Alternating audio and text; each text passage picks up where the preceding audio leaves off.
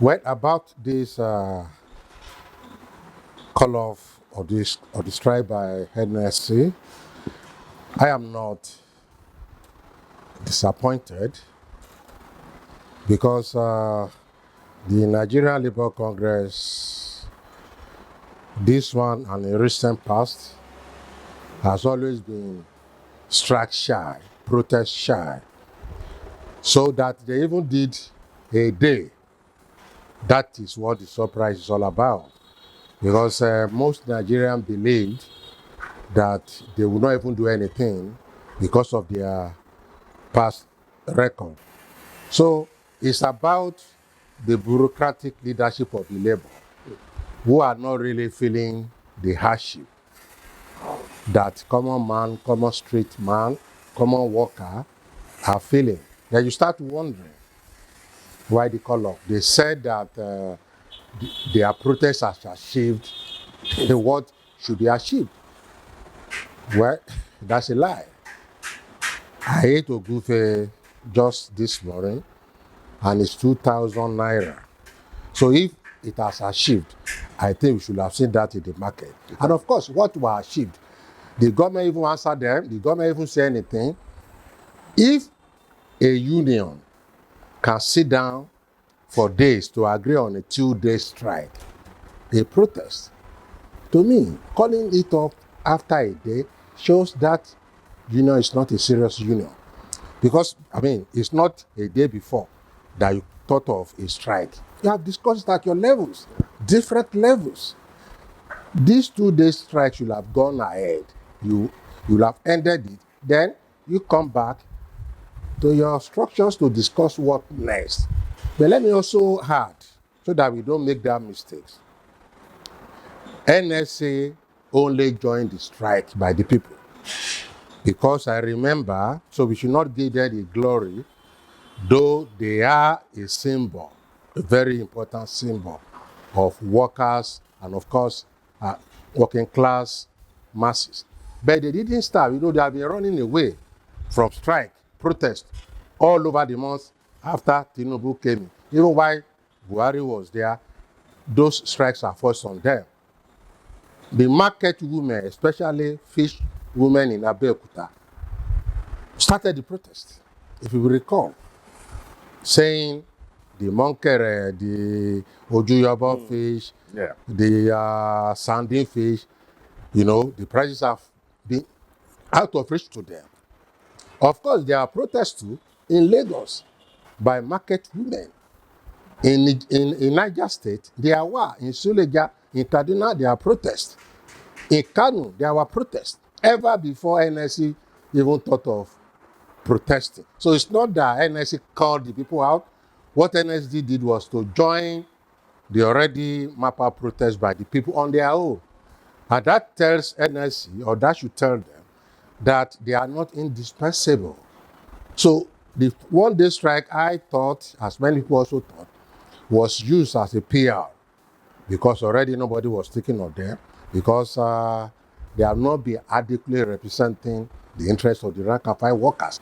If not, they were part of people who put us in this mess. How can the president came in on the first day without even visiting the office, announcing fuel subsidy is gone, and he said it was used by courage or something else anyway? So now, NSC did not do anything. And the moment you said subsidy is gone, it's a market. You have disrupted the market instantly. Prices, started increasing. And of course, NSC should have come out because the working class will always be affected. They will come to work, their naira value, salary devalued, prices going here and there. So at the end of the day, they didn't do anything. When the price increase was announced twice, NS leadership didn't do anything. Why the rank and file workers are suffering. And I think Ajero and his colleagues in that place should know they have a historical role to play. It's either they play the role or they get out of that place. So they said we had 13 days and what have you. Yeah. I hope they'll be able to do something. But calling off is meaningless to me, very meaningless. How deep is this schism within the labor, centers? For example, the trade union Congress actually said they were not, carried along as far as the decision to call the protesters has come to you. How deep is the division? And for the fact that it took the civil society movement itself. I mean, your organization, the Joint Action Front, another organization, DSM, another organization, started the protest on Monday. I mean, yet you continue to support a divisive labor movement. How do you think this schism will actually affect the course of protest movements as far as the demands of Nigerians are concerned going forward, sir? Let me say, TUC has always had this history and record of sabotaging strikes, calling it off. In fact, they are worse than NLC leadership. And it's of course, you can understand it. It's a trade union of senior workers who also have ambition that they want to replace the oppressed working class. And even in their workplace, they are strike breakers. We have had experiences where we have working class, the rank and file.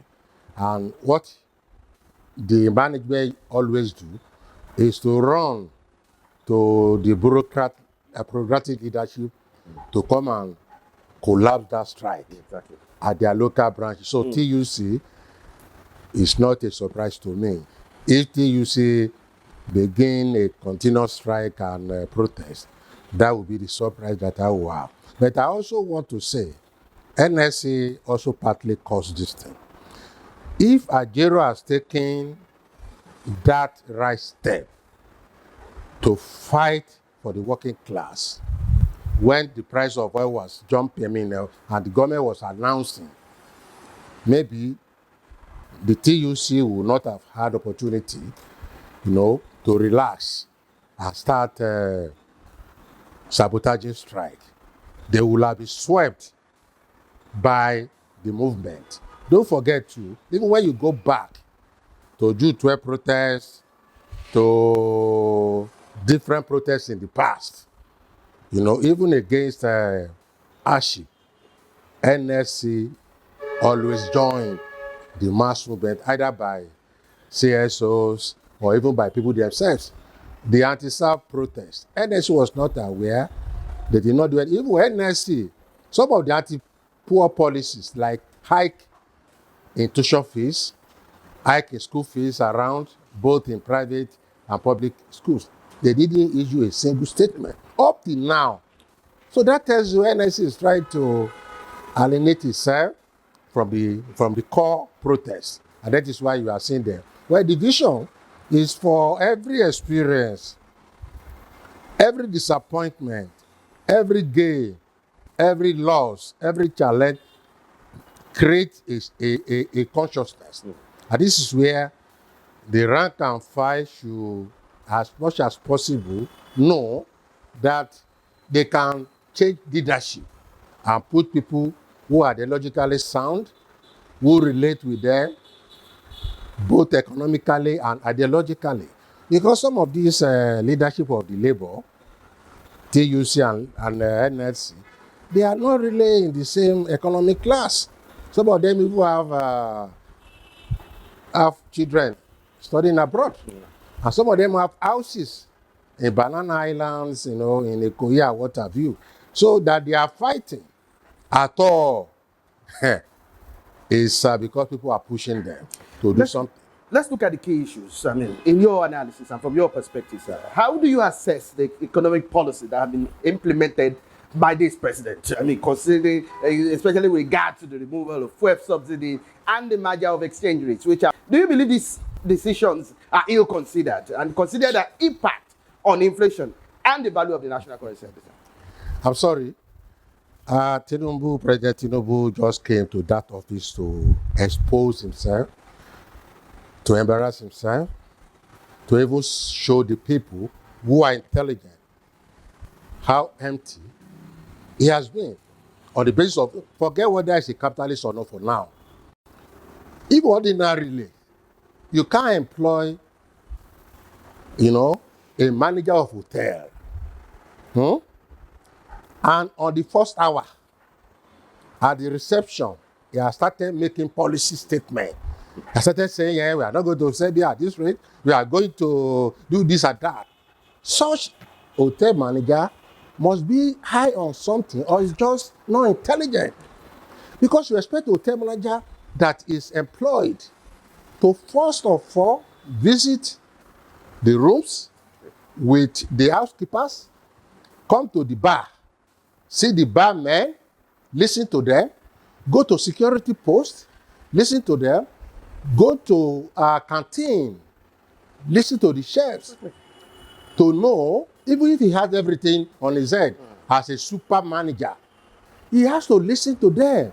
Then, of course, call meeting that this, and this are the limitation.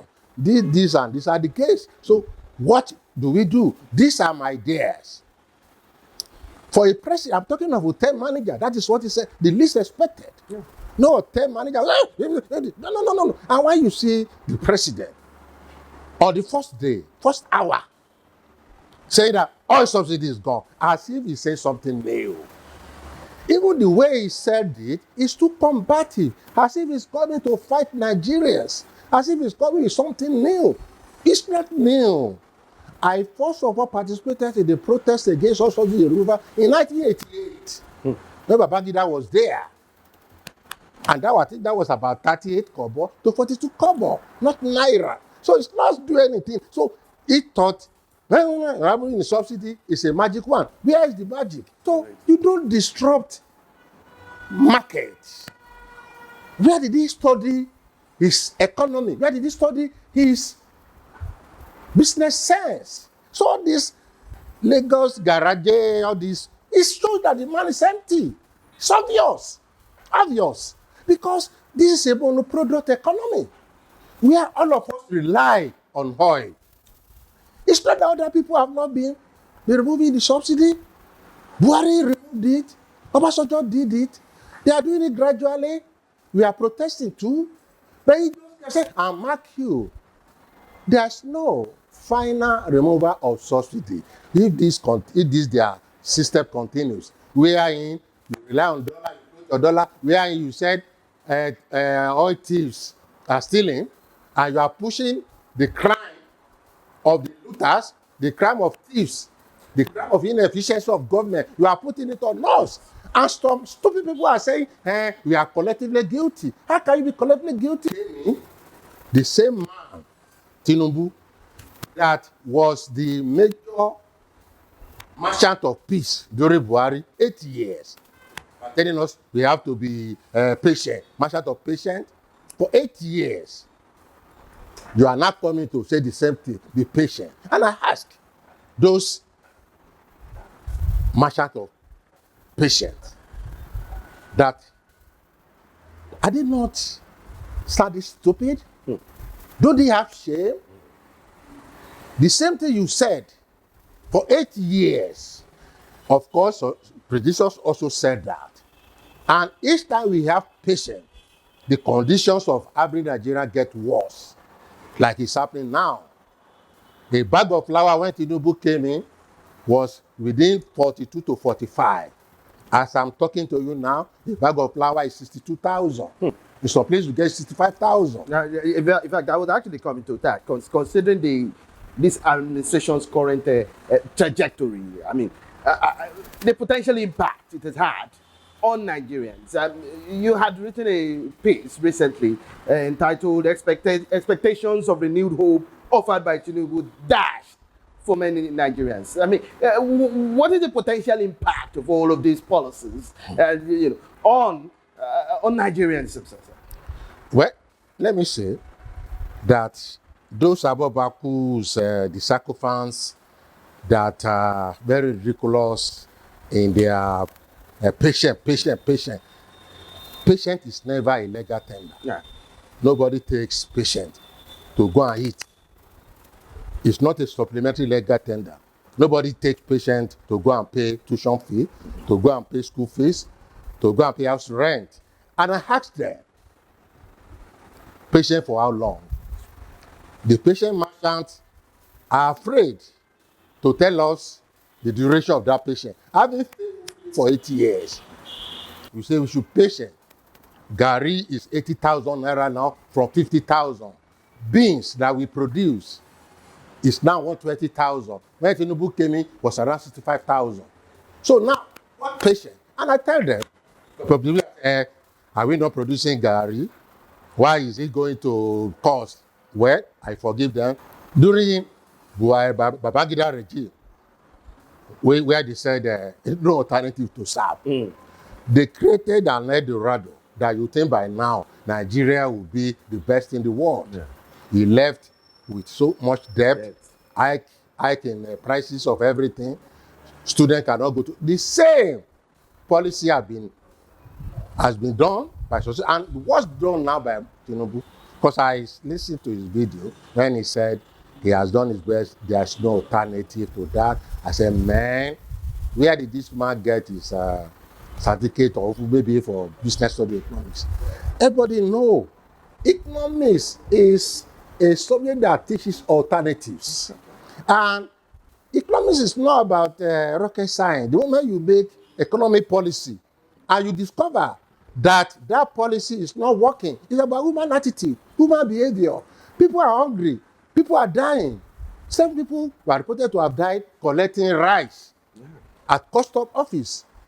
So the policy you made that made people who are struggling to buy rice and cook in their house, now turn them to beggars for rice and be risking their lives. That tells you have devalued the existence of people. So you can't continue such policy.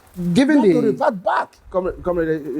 Given the grim outlook that these challenges has actually presented, and considering Nigeria's economic and political future, what should you think this administration should do to address these challenges and prevent a potential social explosion? Well, I will always say one thing during his lifetime, when we had a tumor like this, and it was asked during the Shagari regime, there were crises, and it was asked, what would be his solution? And he said, what solution is? He had warned that the ship of the nation is eating the rock. He was insulted, like what the sacrifice are doing now. And he said one thing, we have to treat the cause before talking and treating the effects. You can't treat the effects without treating the cause.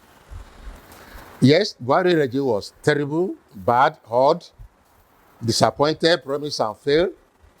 Now, when you are coming with your renewed hope or whatever you brought, people expected betterment, better deal. They expected that it can't be worse. Now you came in with all subsidy is gone, like a drunken soldier in a combative mode. Now, so the result.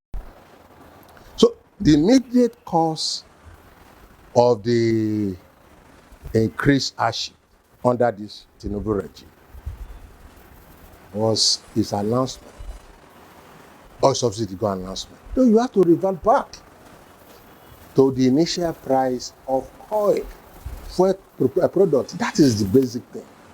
That's the basic thing.